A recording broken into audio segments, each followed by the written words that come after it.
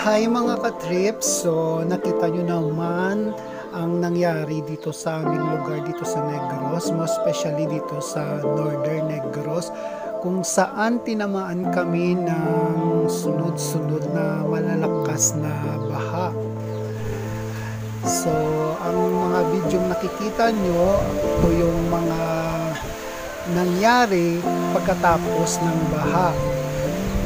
So ayan, so bago natin alamin ang mga nangyayari sa labas, kamustahin muna natin yung aking mga alagang hayop dito sa loob ng aming compound. So ayan, nag-iwan ng mga putik yung baha. So ayan yung mga biik na lumabas noong January 1 lamang. So nag-wonder why kayo kung paano sila nakaligtas. Of course, tinuruan ko silang maghakbang sa hagdanan patungo sa itaas ng aming bahay. Tapos yung kanilang nanay ay nagpaiwan kasi nga raw wala daw siyang tsinelas o watch, kaya nagpaiwan na lang siya sa kanyang big bed.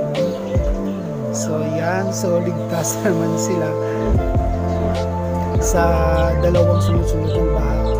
Okay, so ito naman yung mga sisiw ng aking mga manok. So ligtas din sila. Ayan, so hindi sila nabasa, kaya hindi sila gininaw.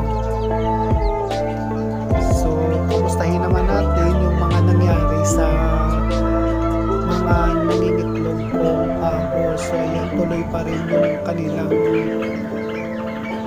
pagpapainit sa kanilang itlog. So ayan, okay, so yan, tuloy pa rin yung pagpapainit niya sa kanyang itlog o ang kanyang paglumlums in our local dialect para mapisa yung kanyang itlog. So ayan, okay naman sila kasi bago pa naman bumaha, kinuha ko na yung mga itlog niya. So ayan, parang hindi na nila paborito na kumain ng feeds. Gusto natin nilang kainin yung mga damo.